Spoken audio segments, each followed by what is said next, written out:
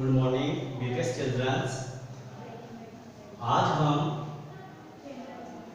वचन अर्थात नंबर के बारे में पढ़ेंगे, जिसकी परिभाषा हमारे सामने है और इसकी डेफिनेशन होती है। तो क्या होती है वचन की, वो देखिए, शब्द के जिस रूप से उसके एक या अनेक होने का बोध हो उसे वचन कहते हैं। किस रूप से? शब्द के जिस रूप से उसके एक या अनेक होने का बोध हो उसे हम क्या कहते हैं? वचन कहते हैं। एक व्यक्ति है तो एक वचन हो जाएगा, एक व्यक्ति है तो एक वचन हो जाएगा, और दो है और बहुत सारे तो बहुवचन में हो जाएगा। तो देखिए, हिंदी भाषा में वचन है वो दो प्रकार के होते हैं। हिंदी भाषा में वचन कितने प्रकार के होते हैं? दो प्रकार के होते हैं।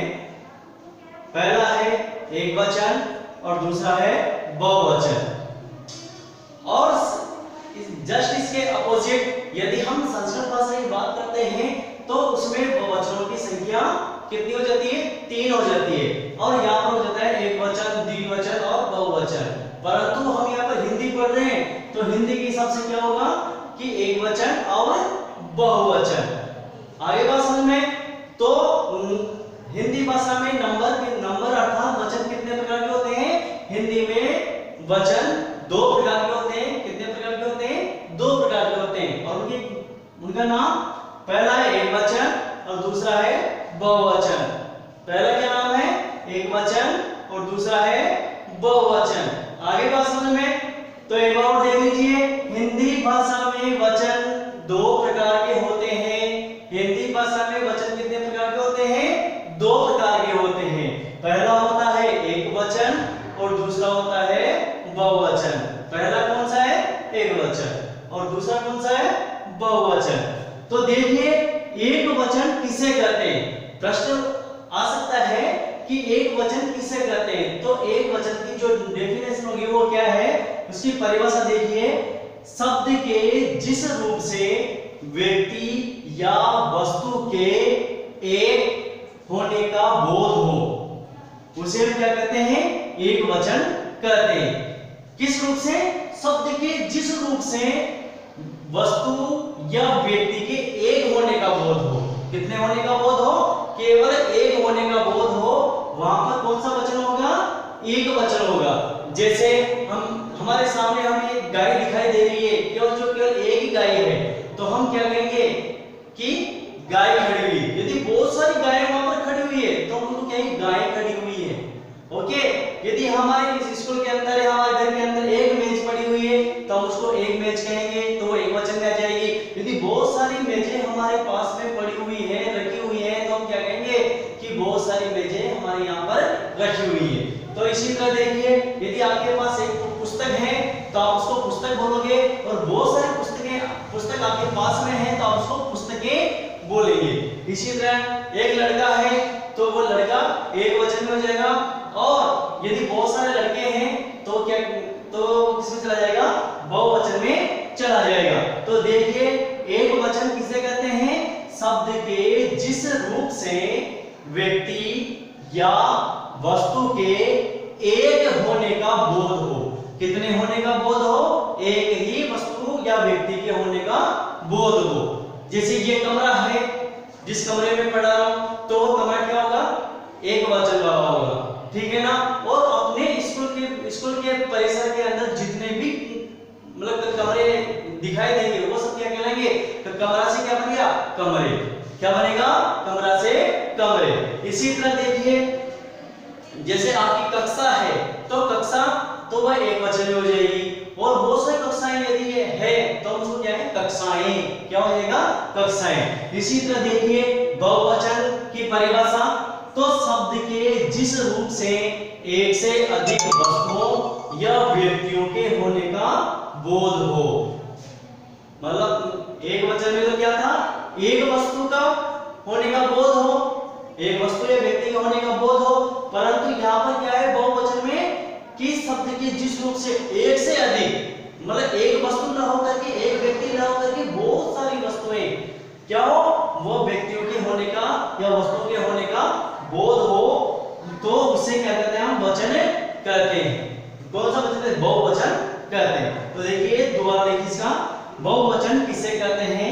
शब्द के जिस रूप से एक से अधिक वस्तुओं या व्यक्तियों के होने का बोध हो उसे हम क्या कहते हैं? बहुवचन कहते हैं। जैसे एक वचन था, एक वचन के अंदर क्या है? गाय, मतलब एक गाय, तो बहुवचन क्या हो जाएगा? गाय। मेज, एक मेज, मेजें, बहुत सारी मेजें। पुस्तक, एक पुस्तक, पुस्तकें, बहुत सारी पुस्तकें। लड़का है तो एक लड़का, और लड़के हैं तो बहुत सारे लड़के। तोप है, एक तोप, और तोपे आ जाए तो क्या हो जाएगा? बहुत सारी तोपे। ठीक है ना? तो दोबारा देखिए बहुवचन को, तो शब्द के जिस रूप से एक से अधिक वस्तुओं या व्यक्तियों के होने का बोध हो उसे हम क्या कहेंगे? बहुवचन कहते हैं। क्या कहते हैं? बहुवचन कहते हैं। जैसे गाय से गायें, मेज से मेजें, पुस्तक से पुस्तकें, लड़का से लड़के। इसी तरह कुछ एक वचन है जो बहुवचन में बने हुए हैं, वो देखिए। जैसे बेटा, केवल किसी पेरेंट्स से क्या है? एक ही बेटा है तो बेटा, और मतलब एक से अधिक है, मतलब दो तीन एक साथ हैं तो क्या हो जाएगी? बेटे। ओके। इसके बाद में कोआ, यदि एक कोआ नजर आ रहा है तो हम उसको कोआ कहेंगे। यदि बहुत सारे कोए हमारे पास आ रहे हैं तो उसको कोआ ना कह करके कोए बोलेंगे। ठीक है। इसी तरह पपीता एक फल है, तो ये एक पपीता हमें दिखाई दे रही है तो पपीता कहलाएगी। और इन फलों के अंदर बहुत सारी पपीताएं हमारे पास पड़ी हुई है तो वहां पर है तो हम क्या कहेंगे? पपीता से पपीते। सड़क, सड़क से बन जाएगा सड़कें। आंख से बनती है आंखें। घोड़ा से घोड़े, और पलक से पलके। क्या बनती है? पलक से पलके। तो एक बार दोबारा देख लीजिए वचन, तो वचन की जो परिभाषा है वो दोबारा देखिए। शब्द के जिस रूप से उसके एक या अनेक होने का बोध हो उसे हम क्या कहते हैं? वचन कहते हैं। क्या कहते हैं? वचन कहते हैं। ओके। तो हिंदी भाषा में वचन दो प्रकार के होते हैं। कितने प्रकार के होते हैं? दो प्रकार के होते हैं। पहला है एक वचन और दूसरा है बहुवचन। पहला है एक वचन और दूसरा है बहुवचन। तो एक वचन किसे कहते हैं? वो देखिए, शब्द के जिस रूप से व्यक्ति या वस्तु के एक होने का बोध हो। कितनी वस्तु व्यक्ति होने का बोध हो? केवल एक होने का बोध हो तो उसे हम एक वचन कहते हैं। जैसे गाय, मेज, पुस्तक, लड़का आदि। आगे बात समझ में? इसी तरह जस्ट इसका अपोजिट हो जाता है। ठीक है ना? तो बहुवचन किसे कहते हैं? तो बहुवचन की परिभाषा देखिए, शब्द के जिस रूप से एक से अधिक वस्तुओं या व्यक्तियों के होने का बोध हो तो वहां पर बहुवचन होता है, अर्थात उसे बहुवचन कहते हैं। जैसे यहाँ पर एक वचन में गाय है तो गाय हो जाएगी, मेज से मेजी बन जाएगी, पुस्तक से पुस्तकी हो जाएगी, लड़का से लड़के हो जाएंगे। इसी तरह एक शब्द है अपने पास में चिड़िया। देखिए ये चिड़िया लिखा हुआ है,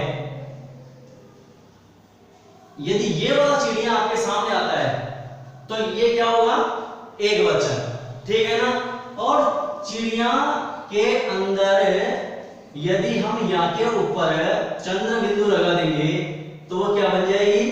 चिड़िया बहुवचन में चली जाती है। किसमें चली जाती है? बहुवचन में। एक वचन में यहाँ के ऊपर चंद्र बिंदु नहीं रहेगा और बहुवचन के अंदर चिड़िया में क्या चला जाएगा? चंद्र बिंदु चला जाता है। इस कारण चिड़िया से हो गया चिड़िया, तो वह बहुवचन में चला जाता है। ओके। तो अब इसके बाद में हम जो भी चैप्टर आगे पढ़ाएंगे वो आपको बता देंगे।